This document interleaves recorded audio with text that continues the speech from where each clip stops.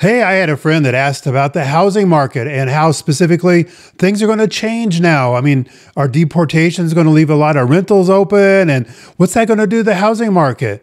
Well, guess what? Stick around. We're going to talk about that next.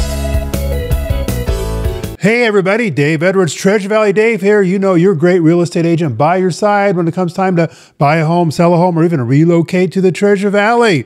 And why might you want to do that? I think by the end of this video, you're going to be saying, honey, let's load up the U-Haul. We're moving today. And got a lot of good reasons for that.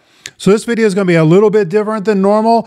It's kind of more of a doom and gloom thing. I just wanted to let you know that up front. So maybe get out some tissues so you can start crying or whatever, because it's going to be pretty sad.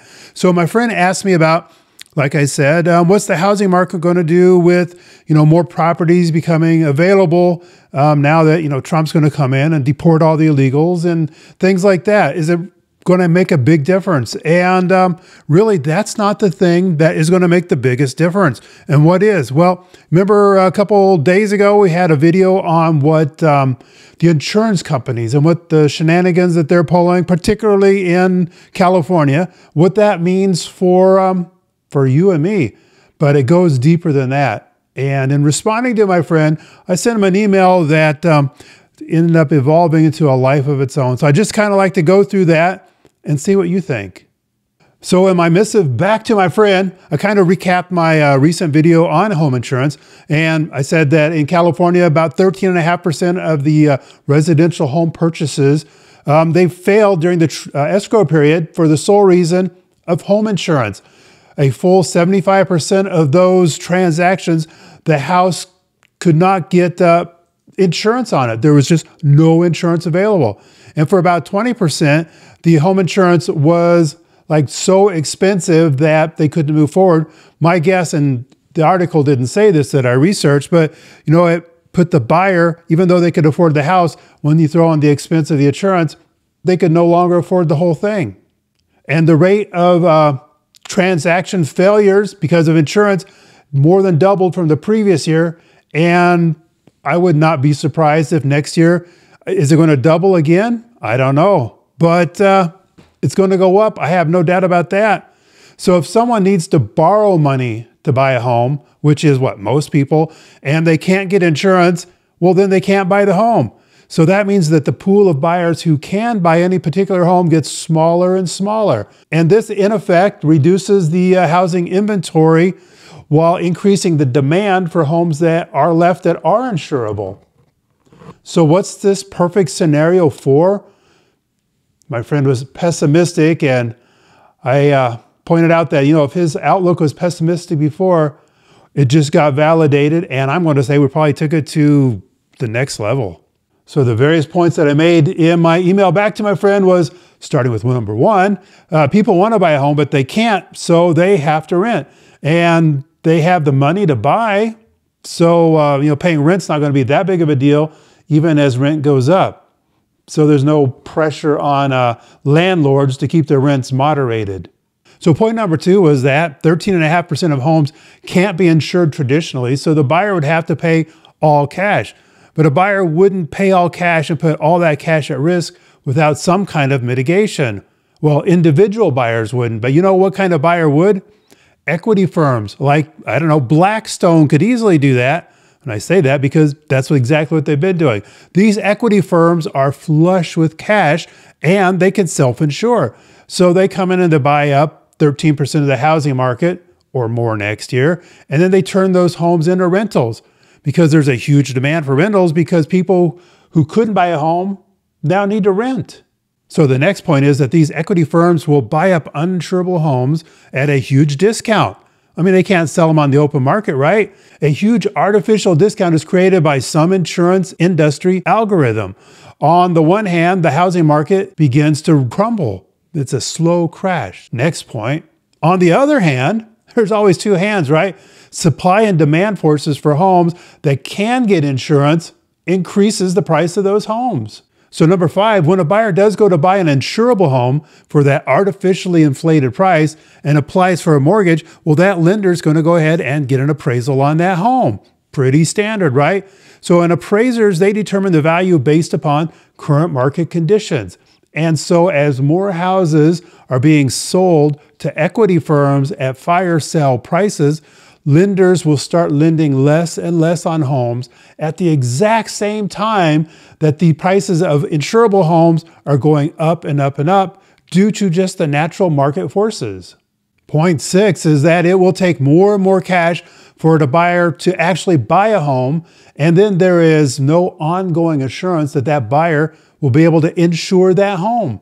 So that's two big incentives for a buyer not to buy a home. Point number 7, housing purchase cost in California will go up for a short time, maybe a couple of years. Then the individual buyers were going to wise up and stop expending more of their available cash while taking on more risk of future insurance uncertainty.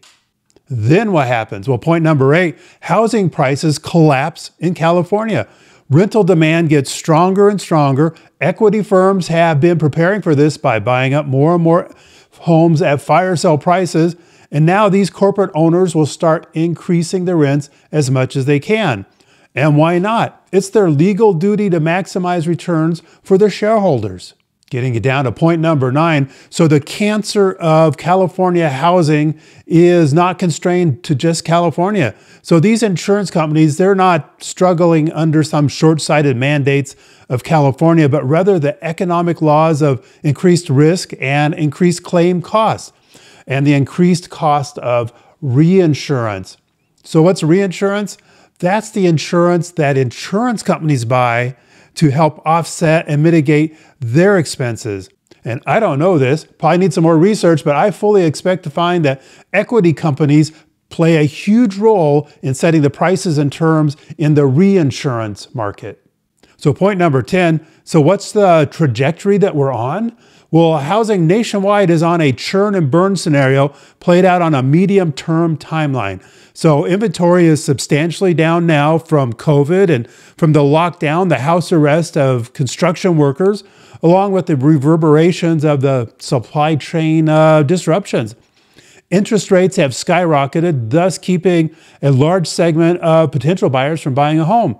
Because they deal in cash and interest rates really are not a consideration, equity firms in the past 4 years or so have taken to buying up huge number of single-family homes to turn them into rentals. You probably saw the RFK Jr. quotes and warnings that by the end of this decade right here, 50 to 60% of all single-family homes are going to be owned by corporations. Now, in some places, such as California, insurance companies are effectively making a ready market for equity firms to buy homes at suppressed prices. How convenient! And at the same time, because a significant number of homes have been removed from the market inventory, the actions of the insurance companies are increasing the prices on the homes that can get insurance. And at some point, the increasing expense of individual home ownership, especially with the always present threat of cancellation of home insurance, will collapse what remains of the housing market, as there will essentially be no more individual buyers. So this will be the time when equity firms and corporate landlords buy up the remaining housing supply and turn them into rentals at the same time that almost the entire population has been forced to become renters. So corporate landlords, they have no moral duty to anything, but they do have a legal duty to stockholders to maximize profits. Thus, rents will go up and up and up. So point number 11. So what can be done to mitigate the effects of all this?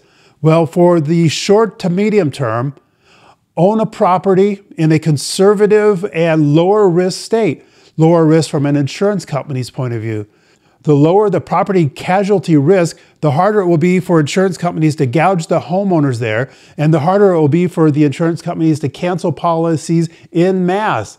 The more conservative a state's governance is, the more it protects and defends the people. Have you ever noticed that?